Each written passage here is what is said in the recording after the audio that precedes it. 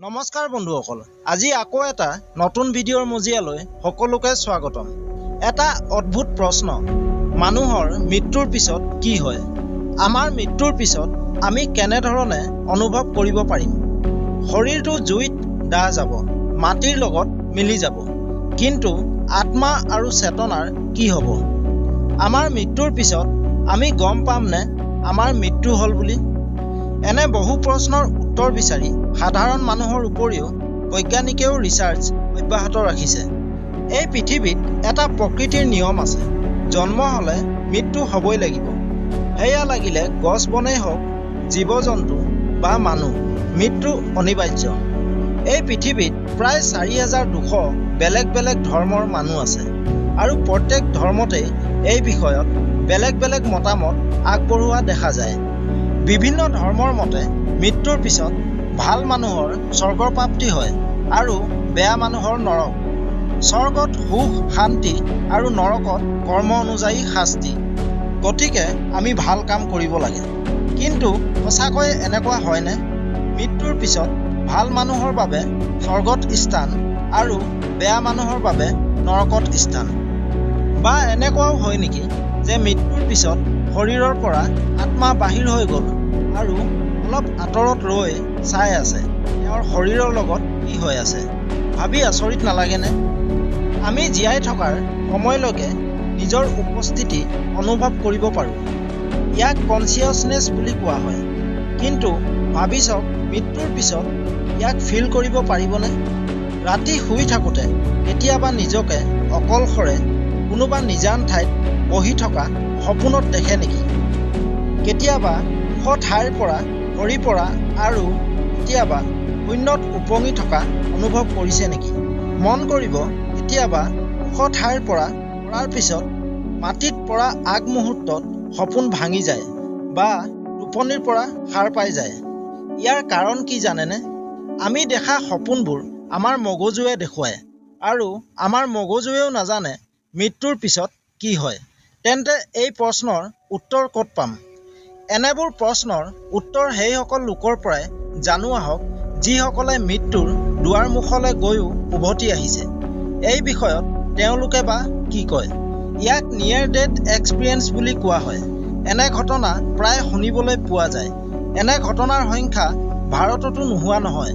বহুতে near death এক্সপিৰিয়েঞ্চৰ অনুভৱ ব্যক্ত কৰিছে। 16 মাৰ্চ 2010 চনত পিটাৰ নামৰ যুৱকজনৰ লগত এটা অদ্ভুত ঘটনা ঘটিছিল।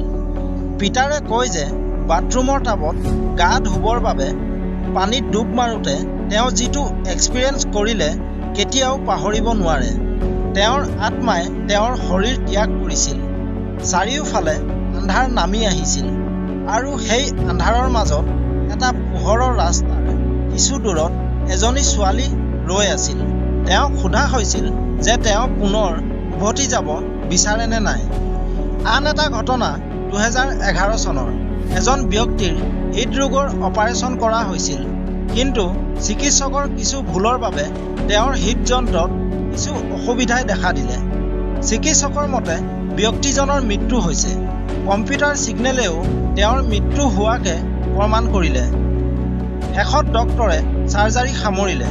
কিন্তু আচৰিত কথা, প্ৰায় 4 মিনিটমানৰ পিছত কম্পিউটাৰে ৰোগীজনৰ হাৰ্টবিট ৰিডিং দেখুৱাবলৈ পুনৰ আৰম্ভ কৰে। চিকিৎসকে তেওঁৰ চিকিৎসা অব্যাহত ৰাখে। কিছু ঘণ্টাৰ পিছত ৰোগীজনৰ চেতনা ঘূৰি আহে আৰু ডক্টৰৰ ওচৰত তেওঁৰ এক্সপিৰিয়েঞ্চখিনি এনেদৰে শ্বেয়াৰ কৰে যে কিছু সময়ৰ বাবে তেওঁৰ মৃত্যু হৈছিল। সকলো ফালে ধুঁৱলি কুঁৱলী দেখিছিল, আন্ধাৰ নামি আহিছিল আৰু সন্মুখত এটা পোহৰৰ বাট দেখা পাইছিল। তেওঁৰ মতে এয়া কোনো সপোন নাছিল আৰু বাস্তৱতাও নাছিল। চেতনা ঘূৰি অহাৰ পিছতহে তেওঁ গম পায় হস্পিটেলত আছে বুলি। এতিয়া আহোঁ আন এটা ঘটনাৰ উদাহৰণলৈ। এজন কলেজীয়া ছাত্ৰৰ লগত হোৱা ঘটনা। স্লিপিং টেবলেটছৰ অভাৰড'জ লোৱা বাবে ছাত্ৰজন হঠাৎ মাটিত ঢলি পৰিল। ওচৰত থকাসকলে ততানৈয়াকৈ মেডিকেলত নিয়াৰ ব্যৱস্থা কৰিলে, কিন্তু ল'ৰাজনক এম্বুলেন্সেৰে নি থকা অৱস্থাতে মৃত্যু ঘটে। কিন্তু প্ৰায় 3 মিনিটমানৰ পিছত ল'ৰাজনৰ চেতনা ঘূৰি আহে। নৰ্মেল অৱস্থাত অহাৰ পিছত ডক্টৰৰ লগত এই 3 মিনিটৰ এক্সপিৰিয়েঞ্চখিনি ল'ৰাজনে শ্বেয়াৰ কৰে।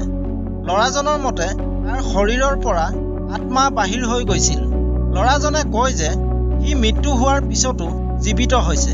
এই কথা শুনি এম্বুলেন্সত থকা সকলোৱে আচৰিত হৈছিল। আনকি এই 3 মিনিট সময়ছোৱাত ডক্টৰ আৰু এম্বুলেন্সত থকা লোকসকলে ল'ৰাজনৰ বাবে কৰা সকলো কাৰ্য দূৰৰ পৰা ৰৈ চাই আছিল বুলি ব্যক্ত কৰে। আচৰিত কথা যে ল'ৰাজনে ডক্টৰ আৰু এম্বুলেন্সত থকা লোকসকলে তেওঁৰ বাবে কৰা কাৰ্যখিনিৰ প্ৰতিটো কথাই এটা এটাকৈ শুদ্ধকৈ ব্যক্ত কৰিছিল। নিয়াৰ ডেথ এক্সপিৰিয়েঞ্চ ৰিচাৰ্চ ফাউণ্ডেশ্যনৰ অফিচিয়েল ৱেবছাইটত এনেধৰণে মৃত্যুক এক্সপিৰিয়েঞ্চ কৰি উভতি অহা বহুত লোকৰ উদাহৰণ উল্লেখ আছে আৰু প্ৰতিটো কেছত প্ৰত্যেকজনে বেলেগ বেলেগ ধৰণে এক্সপিৰিয়েঞ্চ কৰা দেখা গৈছে। ৰিচাৰ্চ কৰা সকলৰ মতে নিয়াৰ ডেথ এক্সপিৰিয়েঞ্চত পোৱা সকলোতকৈ বেছি কমন এক্সপিৰিয়েঞ্চ হ'ল ইয়াত ব্যক্তিজনে নিজকে এটা টিউনেল বা সুৰুঙৰ নিচিনা বাটেৰে যোৱা অনুভৱ কৰে আৰু কিছুমানে আউট অফ বডিৰ এক্সপিৰিয়েঞ্চ কৰে, মানে নিজে শৰীৰৰ পৰা বাহিৰ হৈ আহি কি হৈ আছে সকলোবোৰ চাই থাকিব পাৰে। বহুতে আকৌ এই এক্সপিৰিয়েঞ্চবোৰক ব্যক্ত কৰিব নোৱাৰে, কাৰণ এয়া কি হ'ল কেনেকৈ হ'ল একো ধৰিবই নোৱাৰে। অন্য কিছুমানে আকৌ ডাৰ্কনেছৰ এক্সপিৰিয়েঞ্চ কৰে, মানে অন্ধকাৰ, আন একো নাই। তেওঁৰ কাৰণে আন একোৱেই নাই। অন্ধকাৰৰ শূন্যতাত যেন তেওঁ অকলেই উটি আছে। ইমানখিনি শুনাৰ পিছত বহুতৰে হয়তো বিশ্বাস হোৱা নাই আৰু বহুতে হয়তো আচৰিত হৈছে। কিন্তু ইমানবোৰ ঘটনা আৰু মানুহৰ মৃত্যুৰ অনুভৱখিনি অথবা নিয়াৰ ডেথ এক্সপিৰিয়েঞ্চৰ অনুভৱৰ উদাহৰণবোৰে প্ৰমাণ কৰিছে আত্মাৰ মৃত্যু নহয়, আত্মা অমৰ। কিন্তু বিজ্ঞানৰ মতে দেখা, শুনা অথবা অনুভৱ কৰা এই সকলোবোৰ ক্ৰিয়া মগজুৱে নিয়ন্ত্ৰণ কৰে। আত্মা বা চেতনাই এনে কৰিব নোৱাৰে। বৰ্তমানো মৃত্যুৰ পিছত কি হয় ইয়াৰ ৰহস্য ভেদ কৰিব পৰা হোৱা নাই। মৃত্যুৰ পিছত কি হয় এই বিষয়ে আপোনাৰ মতামত কি আমাক কমেণ্ট কৰি জনাওক। ভিডিঅ'টো যদি ভাল লাগিলে লাইক কৰক আৰু আগলৈও এনেধৰণৰ ৰহস্যজনক ভিডিঅ' পাই থাকিবলৈ চেনেলটো ছাবস্ক্ৰাইব কৰি বেল আইকনটো প্ৰেছ কৰিবলৈ নাপাহৰিব। ধন্যবাদ।